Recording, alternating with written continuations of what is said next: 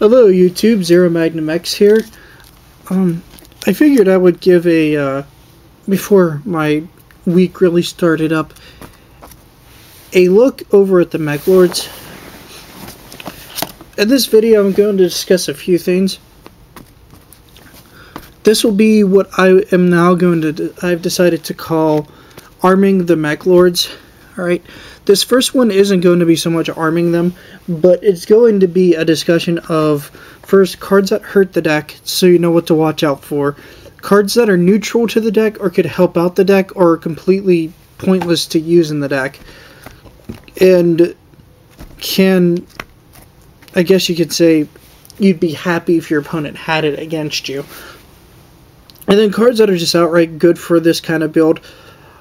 Alright, first off, we're going to go with cards that generally most people may... First, we're going to talk about this card, Pot of Duality.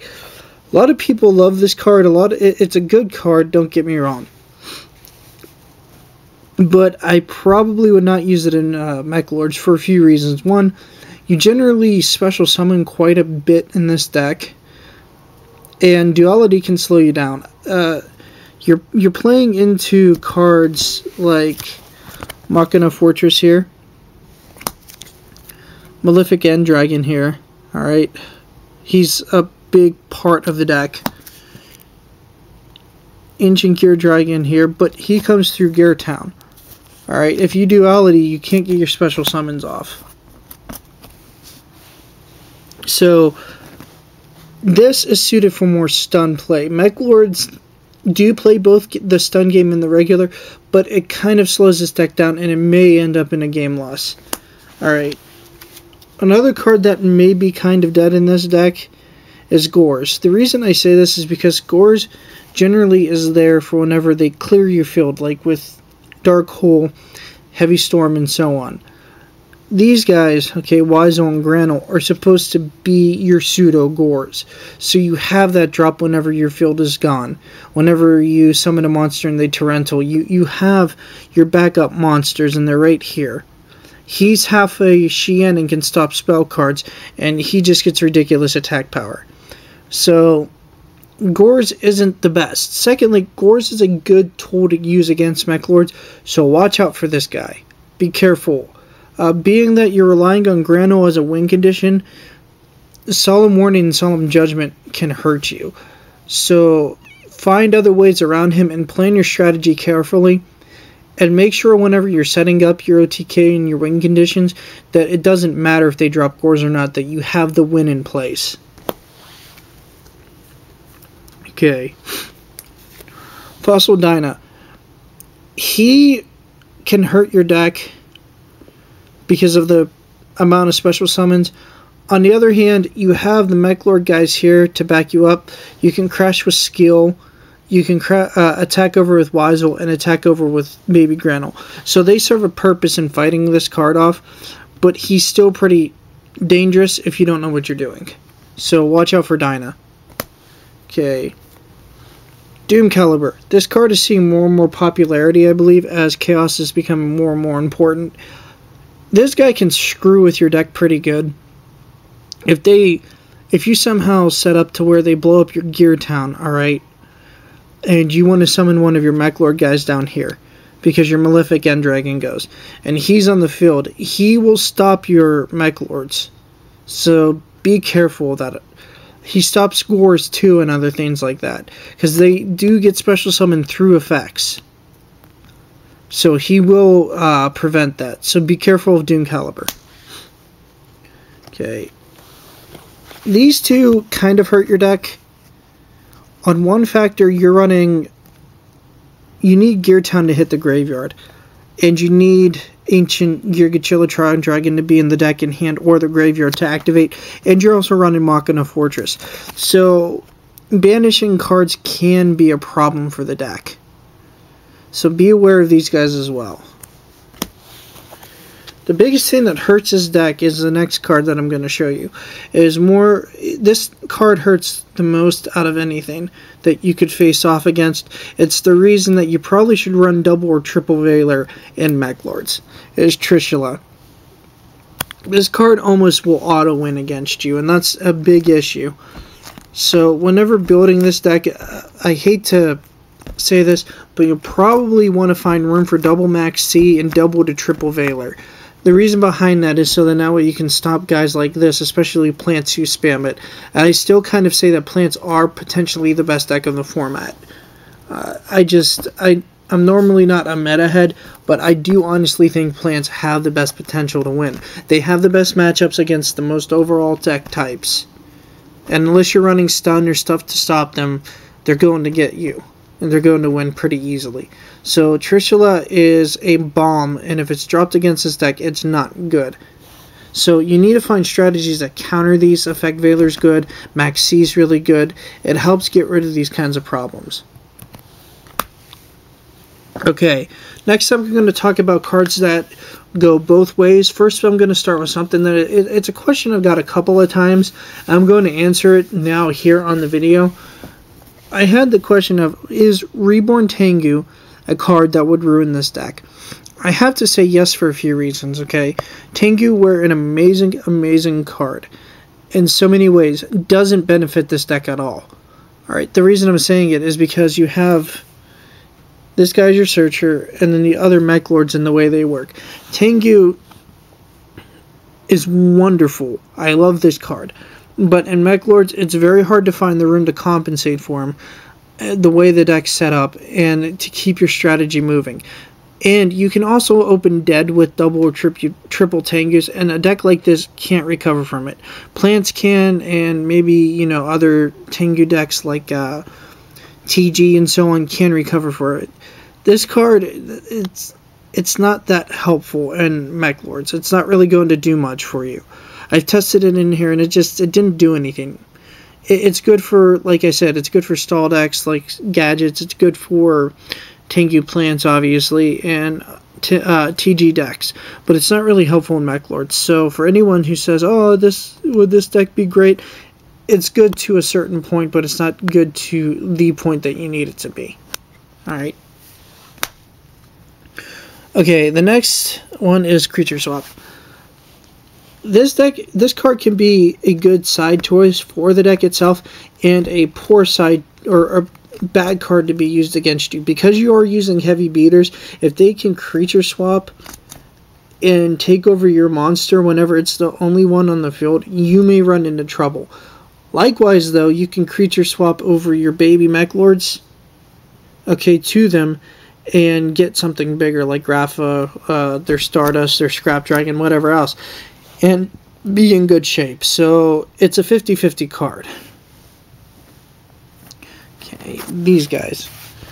These are the most obvious two-side decks for any machine deck. We know them, and we're aware of them. It's probably why I run bottomless in this deck.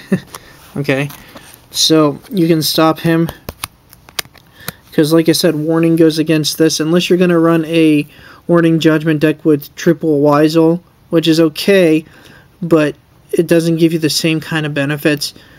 Then you're looking at having to face off against these guys, or your big beaters are going to be weak. It's an OTK deck where it consistently throws out big beaters, and it keeps that strategy up, or it stalls long enough to get to those big beaters.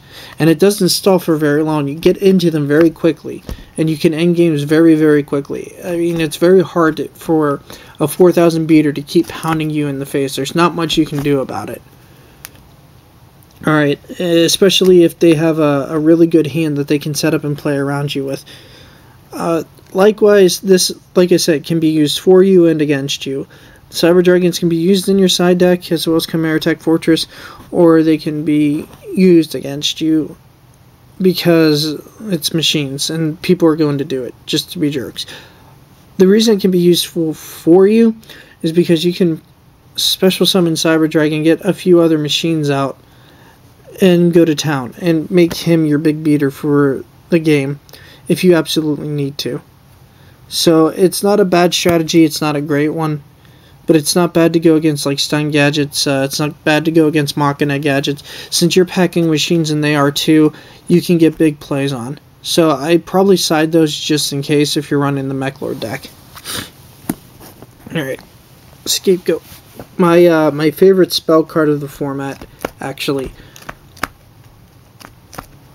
This card is really, really useful, but it can also be used against you. It's where it's not as important, alright, I would say, as some of the other cards used against you. It can stall out and stop your attackers, because generally, if you're swinging with Malefic End, you want to eliminate cards, you know, and so on against your opponent. So this can stop that, and they can give them tactic to where it's like, oh yeah, you have your little goats out, and Malefic End has to attack 1, and then 2, and then 3, and it can build up, you know, turn count against you. So be wary of this. It's not a huge problem, but if you only have Malefic End out, who doesn't get its Pierce, you know, you could run into troubles against Scapegoats. A way to battle against Scapegoats pretty easily, though, if you're not using End, as this guy, all he needs is another Meklord on the field and he gets Pierce. And he gets 100 per Meklord you have. So if you can build up on Weisel, he can really get over those goats and make your opponent regret using them. Alright, next up is Torrential Tribute. Torrential Tribute, the only reason I say it's neutral is because it depends on how it's planned against you. If it's planned to where they just like nuke your Malefic End Dragon because they don't want to look at it and they have Tengu, and you drop one of these guys, they're regretting playing it. But if they wait for these guys and you don't have another to back up in hand and they play Torrential, that can hurt you. So this deck is a little bit more helpful than hurtful in the deck that works like this, but it can still hurt you if they play it intelligently. Okay, the final one on the neutral cards is Effect Veiler. Effect Veiler can stop Granul and make him 0, you know, so it stops you from attacking, among other things, because it is an effect that he gets the attack from. So this is a card that will stop it. It'll also be able to get rid of Granul's effect whenever you're relying on that Granul push to get over their big monster, because he can have that monster's attack and just push over 1600. And let's say 3200, he's getting over it. So Veiler as well is really helpful in this deck, and this deck really benefits from using Veiler. It gives you access to Trishula plays. It gives you access to stopping important problems that would face you. Okay, useful cards. Utopia and Dust Shoot. Alright, I'm going to talk about Dust Shoot first. The reason I say Dust Shoot is helpful and is not neutral is because you can open with quite a few monsters in this deck, and then even if they send them back, it's not going to kill you. Like, I generally could open with, I don't know, that along with Malefic End Dragon, and, you know, they kind of have to pick and choose, because this deck runs a decent amount of monsters. It's helpful. So this is a good card. Utopia and Xyz are really good for this kind of deck, just because you play with level 4s. I mean, that's generally how it goes. And you have an Ember's Blade to keep bringing out your mechs. The other one I'd say is really good for this deck is Steel Swarm Roach. I put that under neutral category because I'm pretty sure Roach can stop like Malefic End Dragon and so on. So that's rough to fight against it. The other cards not featured in here I'm going to talk about are Maxi and Thunder King Ryo. Okay, Ryo may be an issue for this deck because it does stop your inherent special summons and it will stop your searches. So you have to be careful of Ryo and watch out. He's a really, really good card for the format. Don't underestimate him. That's probably why I would suggest triple Veiler. Okay, double to triple at least. Likewise, alright, Maxi. Maxi is a positive card for this deck, not a neutral card, because it allows you to play into a lot of your cards. This deck doesn't special summon like 3 to 5 times in a turn. It special summons maybe twice in a turn. Okay, to a maximum of 3 to 4 times, which is advantage for your opponent, but generally speaking, the other special summons aren't that important. It's normally just to overextend and to be able to beat your opponent quickly.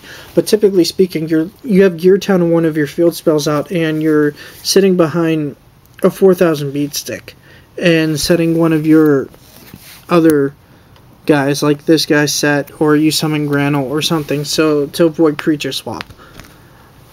In those kinds of cases, you're not special summoning more than once, so Max C will just be an equal exchange, a ditch C, and they draw.